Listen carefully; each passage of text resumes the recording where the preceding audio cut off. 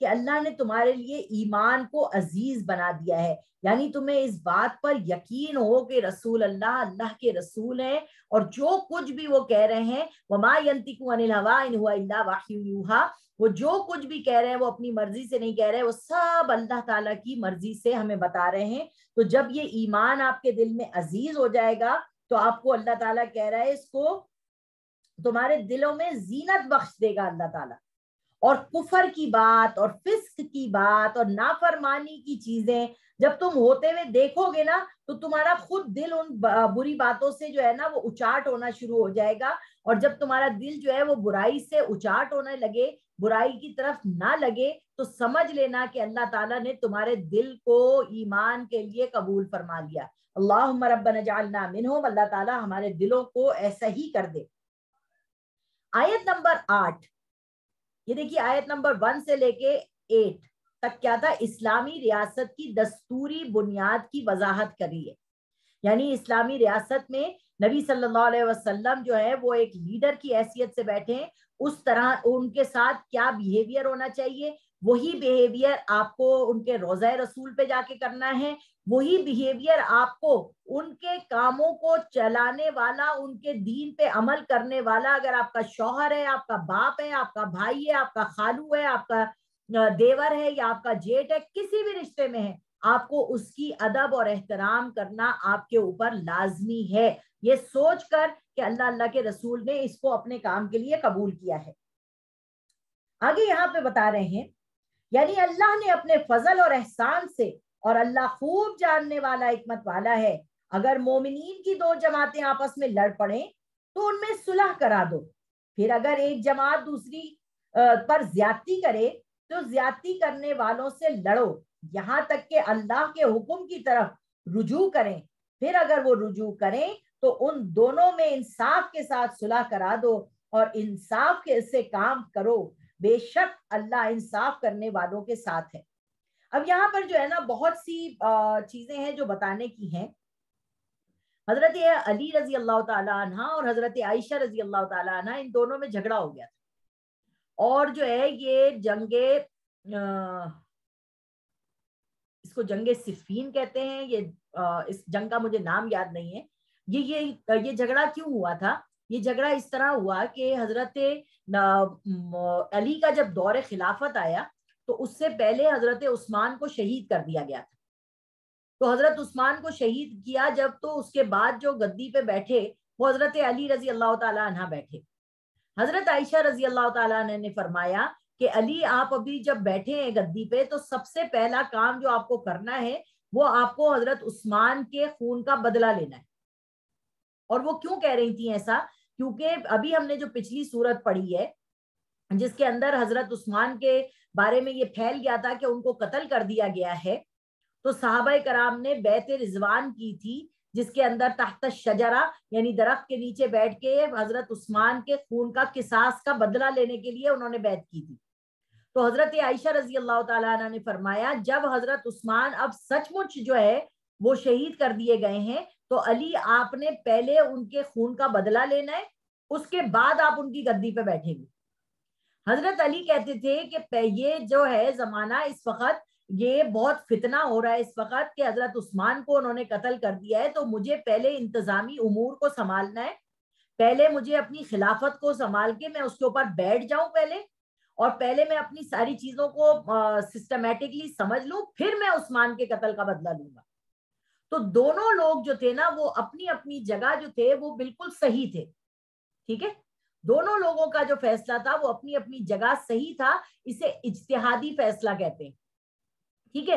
اور بیچ کے جو لوگ ہوتے ہیں نا وہ کیا کرتے ہیں، کمیونیکیشن کے اندر جو ہے نا وہ غلط بیانی سے کام لیتے ہیں، اس لیے جو ہے نا دو جماعتوں کی آپس میں لڑائی ہوئی۔ تو یہاں پر اللہ تعالیٰ فرما رہا ہے کہ اگر تم لوگ علی کا ساتھ دے رہے ہو یا تم عائشہ کا ساتھ دے رہے ہو اور تم دونوں کا ساتھ نہیں دے رہے یا تو کسی کا دونوں کا ساتھ نہیں دے رہے، تو تم لوگوں کو چاہیے کہ ایک دوسرے سے صلح کرا دو، ایک دوسرے کو مصالحت کر دو، یعنی بیٹھ کے بیچ میں جو ہے نا وہ دوستی کرا دو، یہ مسلمانوں کا کام ہے۔ اب یہاں پر یہ بات بتائی جا رہی ہے کہ اب ہم دیکھتے ہیں کہ جب کوئی لڑائی جھگڑا ہو جاتا ہے آپس میں میاں بیوی کے درمیان لڑائی جھگڑا ہو جاتا ہے، یا بہن بھائیوں کے درمیان جھگڑا ہو جاتا ہے، یا باپ بیٹے کے بیچ میں جھگڑا ہو جاتا ہے، تو بجائے اس کے کہ لوگ ان کے دلوں کو جوڑیں، ان کے دلوں کو ملانے کی کوشش کریں، بے شک اس میں جھوٹ بولنا پڑے وہ بھی بول دیں، تو وہ جھوٹ نہیں ہوگا، کیونکہ آپ دو لوگوں کو جوڑنے کے لیے یہ کام کر رہے ہیں۔ تو اللہ تبارک و تعالیٰ کہہ رہا ہے کہ مومنوں کو آپس میں جوڑنے کی کوشش کرو، نہ کہ توڑنے کی کوشش کرو۔ آپ دیکھیے اس زمانے میں بھی یہ چیز ہوئی، اور جب یہ جنگ صفین ختم ہو گئی تو لوگوں نے آ کے پوچھا کہ حضرت عائشہ صحیح تھی یا حضرت علی صحیح تھے؟ تو کسی اور مسلمان نے کہا کہ حضرت عائشہ کا گھر یہ ہے اور حضرت علی کا گھر یہ ہے، دونوں آمنے سامنے رہ رہے ہیں۔ حضرت عائشہ صدیقہ رضی اللہ تعالی عنہا جو ہے، انہوں نے یہ کیا کہ انہوں نے حضور صلی اللہ علیہ وسلم کی جو قبر مبارک تھی اس میں اپنے لیے جگہ چھوڑی تھی کہ میں یہاں پر دفن ہوں گی، مگر جب یہ جنگ صفین ہوئی تو حضرت عائشہ رضی اللہ تعالی عنہا کا قول ملتا ہے کہ انہوں نے کہا کہ میں اتنی شرمندہ ہوں کہ میں نے یہ جنگ کے اندر مجھے لوگوں نے اکسایا اور میں چلی گئی، تو میں جو ہے نا حضور کو کیا منہ دکھاؤں گی، ٹھیک ہے۔ مگر دونوں کا اجتہادی فیصلہ تھا، اللہ تبارک و تعالیٰ بہتر ہے جاننے والا، اور اللہ تبارک و تعالیٰ ان دونوں کے درمیان فیصلہ کر رہا ہے، دونوں پھر آپس میں ملتے بھی رہے، جلتے بھی رہے، اور جو ہونا تھا وہ ہو گیا۔ تو یہاں پر ہمیں بھی یہ بات بتائی جا رہی ہے، سکھائی جا رہی ہے کہ بجائے پھوٹ ڈالنے کے آپس میں تمہیں چاہیے کہ لوگوں کو ملاؤ اور جوڑو لوگوں کے دلوں کو، ٹھیک ہے۔ آگے فرما رہا ہے انما المؤمنون اخوۃ فاصلحوا بین اخویکم واتقوا اللہ لعلکم ترحمون، آیت نمبر ہے 10۔ مومنوں سب آپس میں بھائی بھائی ہیں، تو اپنے دو بھائیوں میں صلح کروا دیا کرو اور اللہ سے ڈرتے رہو تاکہ تم پر رحم ہو۔ اب چوتھی مرتبہ آ رہا ہے یا ایھا الذین آمنوا لا یسخر قوم من قوم عسى ان یکونوا خیرا منهم ولا نساء من نساء عسى ان یکن خیرا منهن ولا تلمزوا انفسکم ولا تنابزوا بالالقاب بئس الاسم الفسوق بعد الایمان ومن لم یتب فاولئک هم الظالمون۔ اب یہاں پر انسان کو یہ بات بتائی جا رہی ہے کہ اس کے اندر 3 برائیاں ایسی ہیں جو ظاہری طور پر وہ کرتا ہے، تو اللہ تعالیٰ یہاں پر مسلمانوں کو بتا رہا ہے کہ یہ جو تمہارے اندر ظاہری یہ 3 غلطیاں ہیں نا، ان کو اوور کم کرو اے ایمان والوں، تم ایمان والے ہو، تمہیں پتہ ہے کہ تمہارے دل میں محمد الرسول اللہ کی محبت ہے، تمہیں پتہ ہے کہ تمہارے کو کفر سے اور بدتمیزی سے اور فسق اور فجور سے تمہارے کو نفرت ہونی چاہیے، تو تمہارے اندر یہ جو 3 کوالٹیز آئی ہوئی ہیں نا گندی، ان کو سمجھنے کی کوشش کرو۔ اے ایمان والو، کوئی قوم کسی قوم کا مذاق نہ اڑائے، ممکن ہے کہ وہ تم سے بہتر ہو۔ اب یہاں دیکھیے قوم کون ہے، وَقَبَائِلَ لِتَعَارَفُوا، اللہ تبارک و تعالیٰ نے یہ جو ہماری شکلیں، ہمارے قبیلے، یہ سارے الگ الگ قسم کے بنائے ہیں، وہ اس لیے بنائے تاکہ ہماری پہچان ہو سکے، ٹھیک ہے۔ یہ نائجیریا میں رہتے ہیں، یہ ان کا کلر الگ ہے، یہ افریقہ میں رہتے ہیں ان کا کلر الگ ہے، یہ پاکستان میں رہتے ہیں، یہ امریکہ میں رہتے ہیں، یہ یورپ میں رہتے ہیں، یعنی یہ جو رنگ و نسل اللہ تبارک و تعالیٰ نے بنائی ہے نا، یہ ہماری پہچان کے لیے بنائی ہے۔ وَالْقَبَائِلَ لِتَعَارَفُوا إِنَّ أَكْرَمَكُمْ عِندَ اللَّهِ أَتْقَاكُمْ، اور اللہ کے نزدیک سب سے پیارا وہ ہے جو تقوی اختیار کرتا ہے۔ تو اللہ تعالیٰ یہاں پہ ہمیں یہ بات بتا رہے ہیں کہ کوئی قوم کسی قوم کا مذاق نہ اڑائے، ٹھیک ہے۔ اسی طریقے سے ہمیں بھی یہ بات سمجھنی چاہیے کہ اگر ہم بریلوی ہیں تو ہم دیوبندی کا مذاق نہ اڑائیں، دیوبندی ہیں تو بریلوی کا مذاق نہ اڑائیں، کیونکہ ہم نے اپنے آپ کو یہ بہت ساری قوموں میں تقسیم کر دیا ہے۔ ہم ان کے طریقے کو خراب کہہ رہے ہیں، وہ ہمارے طریقے کو غلط کہہ رہے ہیں، وہ اس قوم کے لوگوں کو کہہ رہے ہیں ہائے کیسی پھڈی ناک والے ہیں، وہ کہہ رہے ہیں یہ کتنے کالے ہیں، وہ کہہ رہے ہیں یہ تو کتنے چھوٹے قد کے ہیں۔ یہ جو چیزیں ہیں اللہ تعالیٰ کہہ رہا ہے کہ یہ مذاق اڑانا جو ہے نا اللہ تعالیٰ کو پسند نہیں ہے، کوئی کسی کا مذاق نہ اڑائے۔ اسی طرح سے جیسے مذاق اڑانے میں کیا کرتے ہیں، ارے بھینگے، ارے ناٹے، ارے بڑے پاؤں والے، بڑے منہ والے، اور ہمیں کیا سکھایا جا رہا ہے ڈراموں کے اندر، بار بار ہمیں یہ سکھایا جاتا ہے بلبلے میں، ارے اتنا بڑا منہ ہے آپ کا، اپنا منہ لے کے کہاں جائیں گے، اتنے بڑے اتنی موٹی ہیں آپ کہ کرسی پہ بیٹھا نہیں جا رہا آپ سے۔ یہ کیا ہے؟ یہ مذاق اڑانا. اللہ تعالیٰ فرما رہا ہے کوئی قوم کسی قوم کا مذاق نہ اڑائے. ہو سکتا ہے جس کا تم مذاق اڑا رہے ہو اللہ کی نظر میں تم سے بہتر ہو، ہمیں تو نہیں پتا. اور نہ کوئی عورت دوسری عورت کا مذاق اڑائے. یہاں عورت کا ذکر کیوں کیا گیا؟ خاص طور سے عورتوں میں یہ بیماری ہوتی ہے کہ وہ دوسری عورت کا مذاق اڑاتی ہیں، اس کے جسم کا مذاق اڑاتی ہیں، اس کے میک اپ کا مذاق اڑاتی ہیں، اس کی آواز کا مذاق اڑاتی ہیں. تو عورتوں میں یہ زیادہ خوبی پائی جاتی ہے کہ ایک دوسرے کے ساتھ مذاق اڑائیں. ٹھیک ہے. اسی طریقے سے یہ جتنے بھی آپ کے انٹرٹینمنٹ انڈسٹری کے اندر لوگ ہیں جو ایک دوسرے کا مذاق اڑاتے ہیں اور لوگ اس کے اوپر ہنستے ہیں اور ہم لوگ بڑے خوش ہوتے ہیں اس کو دیکھ دیکھ کے، یہ اللہ تبارک و تعالیٰ نے کہا ہے سب سے گندی بیماری اور برائی ہے تمہارے اندر. ممکن ہے وہ تم سے بہتر ہوں اور نہ ایک دوسرے کو تانا دو. تانے دینے کا کیا مطلب ہے؟ تانا دینا کہتے ہیں کہ آپ نے اگر کسی کو کچھ دے دیا یا کسی نے آپ سے کبھی مدد مانگ لی اور آپ اسے تانے دے رہی ہیں، ہاں ہاں اب تو 100 چوہے کھا کے حج کو چلی، اب تو بڑی دیندار بن گئی، اب تو بڑی وہ ہو گئی، اب تو بڑی فلانی ہو گئی. یہ تانے دینا اللہ تبارک و تعالیٰ کہہ رہا ہے یہ جو ہے نا مرد بھی دیتے ہیں عورتیں بھی دیتی ہیں. ٹھیک ہے. تو یہ تانے تشنے نہیں کرنے چاہیے کہ اچھا پہلے تو بڑے ماڈرن تھے، خود اپنے زمانے میں تو بڑے مزے کر لیے اور اب آ گئے دیندار بن کے ہمیں سمجھانے کے لیے. یہ تانا دینا یہ اللہ تعالیٰ فرما رہا ہے نہ دو. اور نہ ایک دوسرے کو برے لقب سے پکارو. برے لقب سے پکارنا، ارے موٹی، ارے بہنگی، ارے لنگڑی، یہ جو ہے نا یہ اللہ تعالیٰ کہہ رہا ہے برے لقب سے مت پکارو، کیونکہ وہ شخص جو ہے وہ ہرٹ ہوگا، اس کے دل کو تکلیف ہوگی، اس کو برا لگے گا. تو اللہ تعالیٰ کہہ رہا ہے یہ تمہارے اندر نہیں ہونا چاہیے. ایمان لانے کے بعد برا نام رکھنا گناہ ہے. اسی طریقے سے جب آپ نے جو ہے نا وہ ایمان آپ کے دل میں آ گیا تو پھر آپ کسی کو برے نام سے پکاریں گے، بھینگے اور اس طرح کے لفظ استعمال کریں گے تو یہ اللہ تبارک و تعالیٰ پسند نہیں کرتا.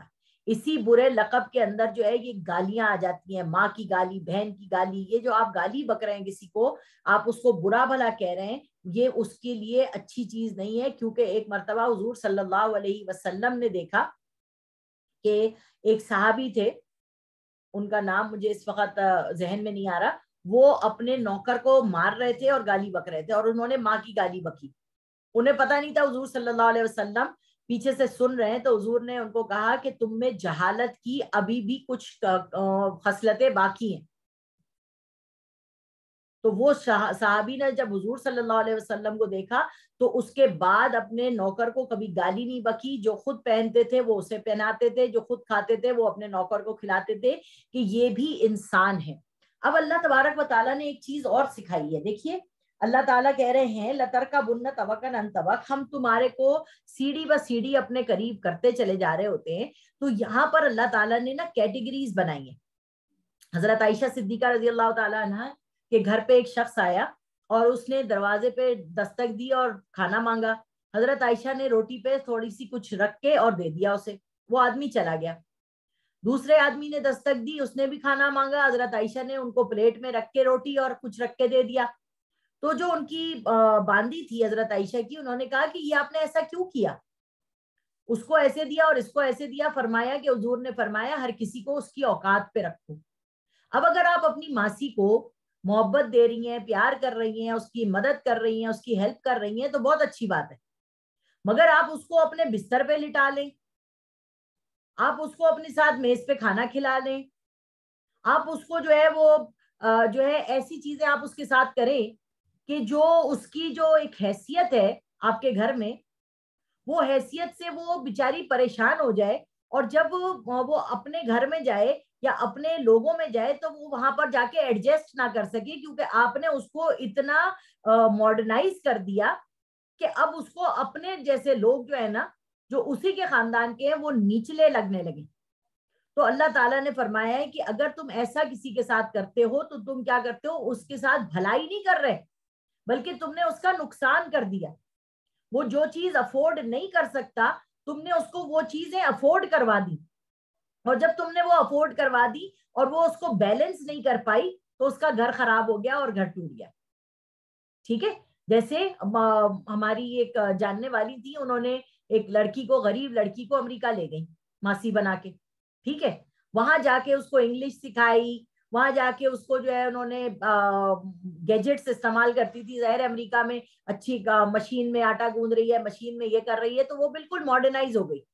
جب وہ واپس آئی پاکستان, نوکری اس کی ختم ہو گئی, تو اب لوگوں نے کہا رشتہ کرواؤ, شادی کرواؤ. وہ شادی ہی نہیں کر سکی کہ میں ایسے غریبوں سے شادی تو نہیں کر سکتی, اور ظاہر ہے کوئی امیر آدمی تو اس سے شادی کر نہیں سکتا تھا کیونکہ وہ ایک ماسی تھی. تو کیا کیا انہوں نے, اس کے ساتھ بھلائی کی جگہ برائی ہو گئی.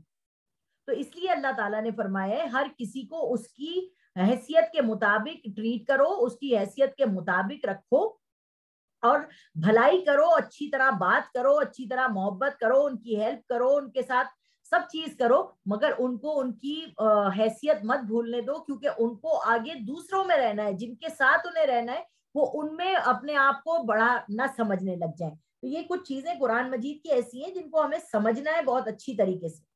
اب دیکھیے 5ویں دفعہ آ رہا ہے یا ایھا الذین آمنوا اجتنبوا کثیرا من الظن.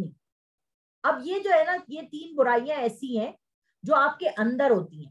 وہ برائیاں تو آپ کے سامنے تھی نا, کہ آپ کسی کا مذاق اڑا رہے ہیں, کسی کو برے لقب سے پکار رہے ہیں, کسی کو آپ تانا دے رہے ہیں. یہاں پر کیا ہو رہا ہے کہ اب یا ایھا الذین آمنوا اجتنبوا کثیرا من الظن, اب یہاں 5ویں دفعہ یا ایھا الذین آمنوا کا لفظ آ رہا ہے. اے ایمان والو, بہت گمان کرنے سے بچا کرو, بعض گمان گناہ ہے.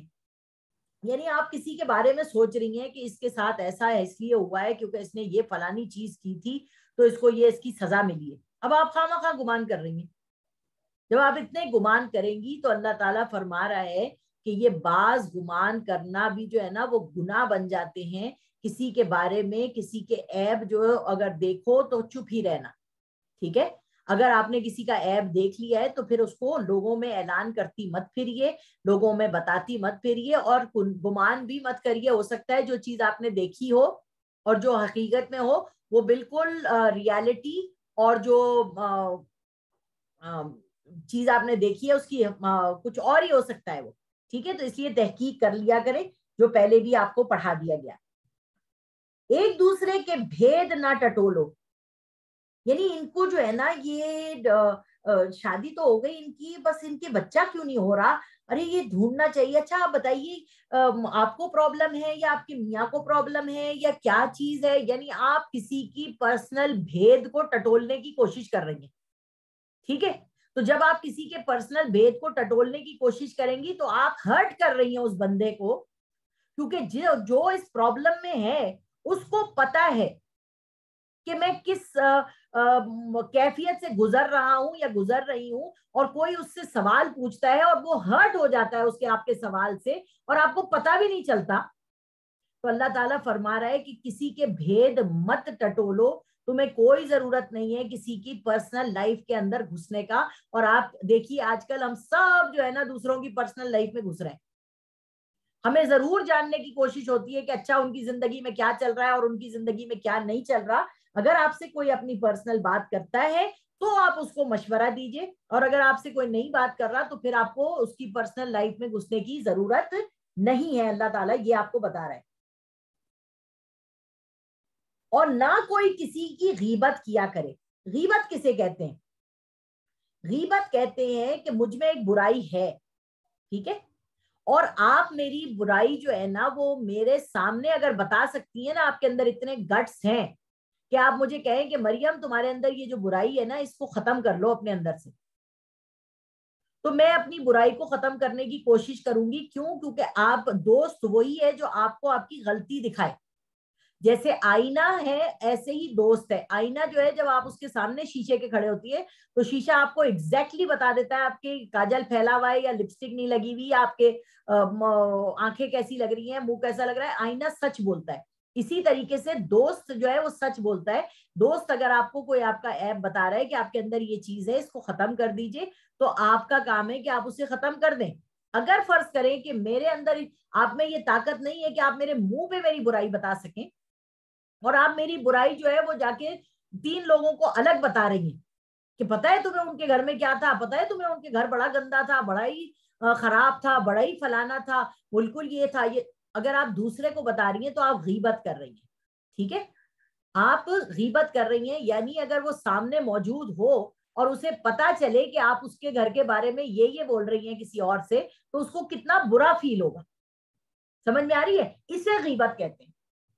اور اگر وہ بات اس میں موجود نہیں ہے اور آپ خواہ خواہ اس کو ایکسپلوئٹ کر رہی ہیں اور خواہ خواہ اس کے بارے میں آپ جھوٹی طریقے کی بات کر رہی ہیں، تو اسے کہتے ہیں بہتان لگانا. یہ اس سے بھی بڑا گناہ ہے. اور اللہ تعالیٰ کہہ رہا ہے غیبت کیا ہے، اس کو سمجھانے کے لیے اللہ تبارک و تعالیٰ فرماتے ہیں اور نہ کوئی کسی کی غیبت کیا کرے. کیا تم میں سے کوئی اس بات کو پسند کرے گا کہ اپنے مردہ بھائی کا گوشت کھائے؟ اس سے تو تم نفرت کرتے ہو اور اللہ سے ڈرتے رہا کرو. بلا شبہ اللہ خوب توبہ قبول کرنے والا، رحم کرنے والا ہے. سمجھ آ گئی آپ کو؟ تو یہاں پر اللہ تبارک و تعالیٰ مجھے بھی اور آپ کو بھی بتا رہا ہے کہ مردہ بھائی کا کیا مطلب. دیکھیں اگر آپ کا لاش پڑی ہوئی ہے بھائی کی اور آپ اس کا گوشت کاٹتی ہیں، جہاں سے مرضی آپ کا دل چاہ رہا ہے کاٹ کے آپ جو ہے وہ کبوں کو کھلائیں یا کتوں کو کھلائیں، وہ مردہ بھائی آپ کو کچھ بھی نہیں کہہ سکتا کیونکہ اس کی روح ہی ختم ہو گئی ہے. ٹھیک ہے؟ اسی طرح سے آپ کا بھائی موجود نہیں ہے اور آپ اس کی برائی کر رہی ہیں تو وہ منزلہ مردہ ہی ہے. جیسے ہم سو جاتے ہیں تو ہم مر جاتے ہیں، اگر اللہ تعالیٰ چاہے تو روح ہماری روک لے تو ہم مرے رہیں گے، اور اگر ہماری روح واپس آ جاتی ہے تو صبح اٹھ کے ہم کہتے ہیں الحمدللہ الذی احیانا بعد ما اماتنا والیہ النشور. تو یہاں پر اللہ تعالیٰ کہہ رہا ہے کہ یہ جو 3 برائیاں تمہارے اندر باطن میں ہیں ان کو ختم کرو. 5ویں اور آخری مرتبہ اللہ تعالیٰ کہہ رہا ہے یا ایھا الناس. اب یہ جو ہے نا یہ 6ٹھی مرتبہ آ رہا ہے. میں نے آپ کو بتایا نا یا ایھا الذین آمنو، ہم سے بات کر رہا ہے اللہ تعالیٰ. اب یہاں پر یا ایھا الناس، اللہ تعالیٰ تمام لوگوں سے بات کر رہا ہے جو ایمان لائے بھی ہے اور جو لائے نہیں ہے. انا خلقناکم من ذکر و انثی وجعلناکم شعوبا وقبائل لتعارفوا ان اکرمکم عند اللہ اتقاکم ان اللہ علیم خبیر. اے لوگوں، ہم نے تم کو ایک مرد اور عورت سے پیدا کیا ہے اور تمہاری قومیں اور قبیلے بنائے ہیں تاکہ ایک دوسرے کی شناخت ہو سکے. اللہ کے نزدیک تم میں زیادہ عزت والا وہ ہے جو سب سے زیادہ پرہیزگار ہو. بلا شبہ اللہ خوب جاننے والا باخبر ہے. شکل آپ کی، صورت آپ کی کیسی بھی ہو، اللہ تعالیٰ کو تقوی نظر آتا ہے، آپ کی کوشش نظر آتی ہے، آپ کی محنت نظر آتی ہے. اب دنیا میں کیا ہے، ہمیں دنیا میں رزلٹ نظر آتا ہے کہ 100 نمبر آئے کہ نہیں آئے. اللہ تبارک و تعالیٰ 100 نمبر نہیں دیکھتا. اللہ تعالیٰ آپ کا سٹرگل دیکھتا ہے، آپ کی محنت دیکھتا ہے، آپ کی کوشش دیکھتا ہے. اس کے حساب سے اللہ تعالیٰ آپ کو جنت کے درجات عطا فرمائے گا. قالت الاعراب آمنا قل لم تؤمنوا ولكن قولوا اسلمنا ولما يدخل الايمان في قلوبكم. اب یہاں پر اللہ تعالیٰ فرما رہے ہیں کہ دیہاتی کہتے ہیں ہم ایمان لے آئے. اللہ تعالیٰ کہہ رہے کہہ دو کہ تم ایمان نہیں لائے، بلکہ یوں کہو ہم اسلام لائے ہیں، اور ایمان تو انوس تمہارے دلوں میں داخل ہی نہیں ہوا. اور اگر تم اللہ اور اس کے رسول کی فرما برداری کرو گے تو اللہ تمہارے اعمال میں سے کچھ بھی کمی نہیں کرے گا. بلا شبہ اللہ بڑا بخشنے والا، رحم کرنے والا ہے. یہ آیت بڑی امپورٹنٹ ہے. ایمان اور اسلام 2 الگ الگ چیزیں. ایمان کسے کہتے ہیں؟ ابھی ہم نے پیچھے پڑھا کہ آپ کے دل میں ایمان ہو، آمنت باللہ و ملائکتی و کتبی و رسلی والیوم الآخر والقدر خیری و شری من اللہ تعالی والبعث بعد الموت. ایمان یہ ہے. اسلام کیا ہے؟ بنی الاسلام علی 5 شہادت اللہ الہ الا اللہ وان محمد رسول اللہ واقام الصلاۃ وایتاء الزکاۃ وصوم رمضان وحج البیت من استطاع الیہ سبیلا. اب دیہاتی لوگ کہہ رہے ہیں ہم ایمان لے آئے. اللہ تعالیٰ کہہ رہے ہیں ان سے کہو تم اسلام لائے ہو، یعنی تم ابھی جو ہے نا نماز روزہ حج زکات تو کر رہے ہو، مگر ابھی تمہارے دل کے اندر ایمان آیا نہیں ہے. ابھی تمہارے اندر گڑبڑ چل رہی ہے، ابھی تمہیں شک و شبے ہیں. پڑھ تو رہے ہو نماز، مگر دل سے نماز نہ، تمہیں کیا ملے گا نماز میں؟ تو میرے اور آپ کے ایمان کی کیفیت ابھی آج کل یہ ہے کہ ہم مسلمان تو ہیں، مومن نہیں ہیں. کیونکہ اگر ہمیں اللہ تعالیٰ مجھے بھی اور آپ کو بھی نصیب کرے، اگر ہم صحیح مومن ہوں گے تو ہماری نمازیں درست ہو جائیں گی، ایسی نہیں ہوں گی جیسی آج ہیں.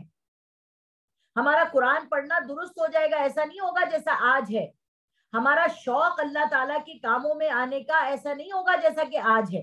ٹھیک ہے؟ تو یہاں پر اللہ تعالیٰ کہہ رہا ہے کہ ایمان اور اسلام الگ الگ چیزیں ہیں. ہاں اگر اسلام لے آئے ہو اور تم نیک عمل کرتے رہو گے تو ایک دن ایسا آئے گا کہ تمہارے دل میں ایمان داخل ہو جائے گا اور تم بہترین انسان بن جاؤ گے. دیکھیں اس کی مثال ایسی ہے جیسے ہم مہندی لگاتے ہیں نا. مہندی کیا ہے؟ اسلام. مہندی کیا ہے؟ اسلام.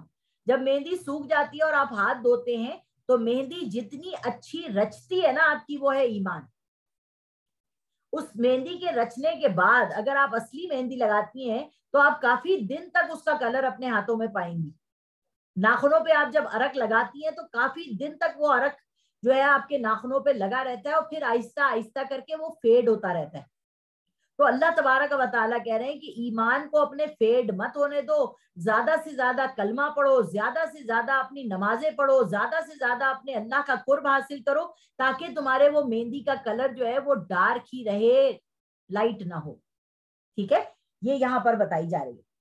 پورے مومن تو وہ ہیں جو اللہ اور اس کے رسول پر ایمان لائے، پھر شک میں نہیں پڑیں گے. سمجھ رہی ہیں آپ؟ اللہ تعالیٰ بتا رہے ہیں مومن کسے کہتے ہیں. پورا مومن وہ ہے جو اللہ اور اس کے رسول پر ایمان لائے پھر شک میں نہ پڑے اور اللہ کی راہ میں اپنے مال اور جان سے جہاد بھی کرے. یہی لوگ سچے ہیں. ان سے کہو کہ کیا تم اللہ کو اپنی دینداری جتاتے ہو؟ حالانکہ اللہ تو وہ سب کچھ جانتا ہے جو آسمانوں میں اور زمین میں ہے، اور اللہ ہر چیز کو خوب جانتا ہے. یہاں پر آج کل جو ہے نا یہ جو آیت ہے، آیت نمبر 16 بڑی امپورٹنٹ ہے. ہم اللہ کو اپنی دینداری جتا رہے ہوتے ہیں. ہم اپنے حلیوں کو سب سے پہلے بدلتے ہیں. اگر کوئی دین کی طرف آتا ہے نا تو اپنے اندر کو نہیں بدلتا، اپنے ایمان کو نہیں مضبوط کرتا، اپنے اسلام پہ پورا نہیں اترتا. وہ سب سے پہلے کیا کرتا ہے؟ مرد جو ہے وہ داڑھی رکھ لیتا ہے اور مونچھیں اڑا دیتا ہے، جبکہ حضور نے حکم دیا ہے مونچھوں کو کترنے کا. یہ مونچھیں اڑا دیتے ہیں اور سر پہ ٹوپی رکھ لیتے ہیں اور اپنے ٹخنوں سے اوپر پاجامہ کر لیتے ہیں. لوگ انہیں دیکھ کے سمجھتے ہیں یہ دیندار ہے، مگر کیا کر رہے ہیں؟ رشوت بھی لے رہے ہیں، جھوٹ بھی بول رہے ہیں، چوری بھی کر رہے ہیں، سود پہ کاروبار بھی کر رہے ہیں. تو جب ہم دیکھتے ہیں ان سے معاملات کر کے ایسے شخص سے کہ دیندار حلیے سے تو لگ رہا ہے مگر اندر تو ہے ہی نہیں، تو کیا ہوا؟ اوپر سے اسلام ہے، مہندی اندر رچی ہی نہیں.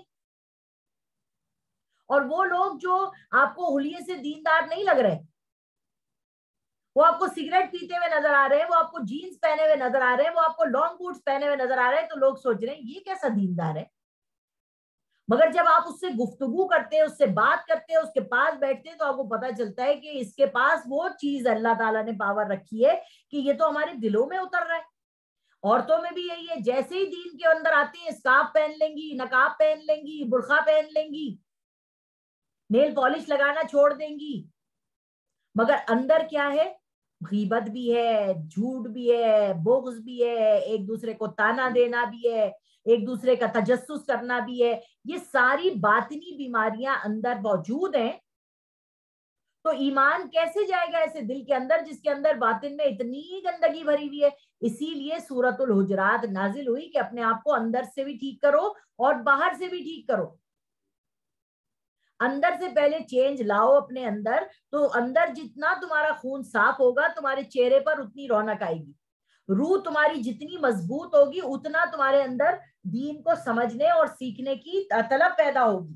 آگے اللہ تبارک و تعالیٰ فرما رہے ہیں کہ اللہ کو دینداری جتا رہے ہو. اللہ کو تو سب پتا ہے کہ تم کتنے دیندار ہو، وہ تو تمہیں تھرو اینڈ تھرو جانتا ہے. ابھی سورہ فتح میں پڑھ کے آئے کہ جب وہ لوگ بیعت کر رہے تھے تو اللہ کہہ رہے ہیں میں نے ان کی دلوں کی کیفیت جان گیا میں، اس لیے میں نے ان سب کو جو ہے جنتی قرار دے دیا کہ ان کے دل میں ذرا بھی خرابی نہیں ہے، تنگی نہیں ہے. ان کا دل وہی کہہ رہا ہے جو ان کی زبان کہہ رہی ہے. یہ لوگ تم پر احسان رکھتے ہیں کہ وہ مسلمان ہو گئے. کہہ دو کہ اپنے مسلمان ہونے کا احسان مجھ پر نہ رکھو، بلکہ اللہ تم پر احسان رکھتا ہے کہ اس نے تم کو ایمان کا راستہ دکھایا بشرطے تم سچے تھے.